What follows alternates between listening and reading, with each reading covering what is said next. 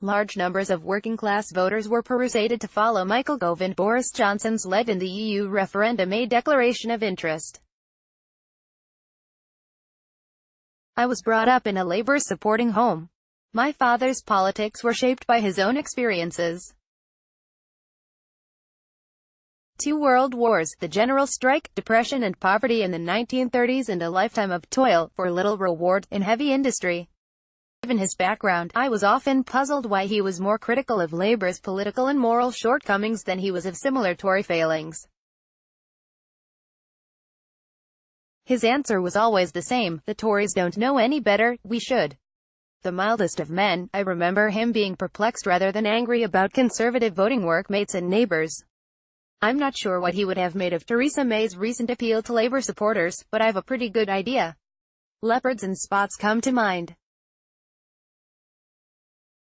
Don't they know what the con in Conservative means, was a favourite line. Yet, it would be unwise to laugh off Mrs May's appeal to Labour supporters. Given their past and current record, the Tories should have been consigned to political landfill long ago. But, somehow, they are consistently recycled. Despite regular rebranding and appeals to one nation, the Tories' natural constituency is still the secure and privileged. Those, for example, playing hide, but not necessarily seek with HMRC and offshore tax havens. That, however, is a relatively small constituency, and Tory electoral survival still depends on votes drawn from those who are in no way rich or privileged.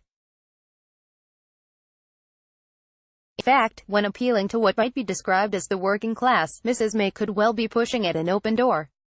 Many have agonized over who or what is working class.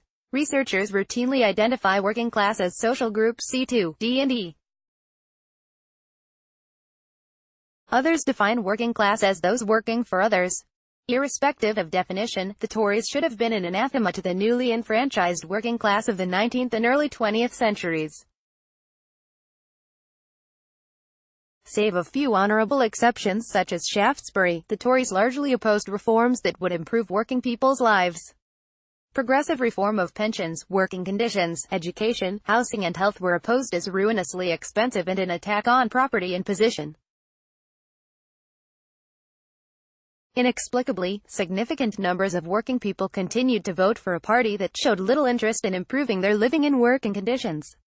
As late as the 1950s, around 50% of working-class Scots voted Tory. Why should that be? There's no simple or single answer. It could be working-class aspiration to emulate the lifestyle of better-off Tory voters.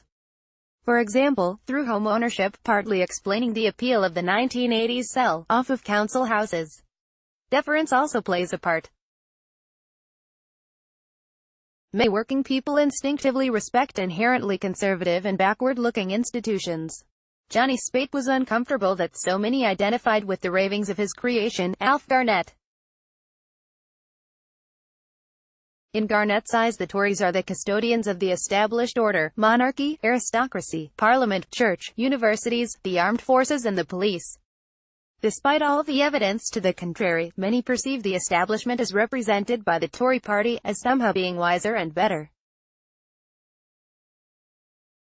The Garnett effect was evident during the EU referendum campaign. Large swaths of the working population were not swayed by the case for Remain or even by self-interest. What counted was gut instinct on immigration, taking back control and ending unwanted EU interference. Rationality went out the window, replaced by a quasi-religious belief in heritage, culture and national greatness. That shared belief was strong enough in some places to trump fears about job losses following the relocation of car-making multinationals. Jeremy Corbyn talks regularly of a return to working-class politics. Yet, earlier this year the Guido Fawkes website put the Tories ahead amongst social groups C2, D and E. The conundrum for Labour is that its policies and leadership appear to hold little attraction for those who should form its power base. The uncomfortable truth is, rational argument and policy cut little ice with those who feel left behind. It will be a long road back for Labour as long as the Tories know which buttons to press to ensure that the powerless continue to vote against their own social and economic self-interest.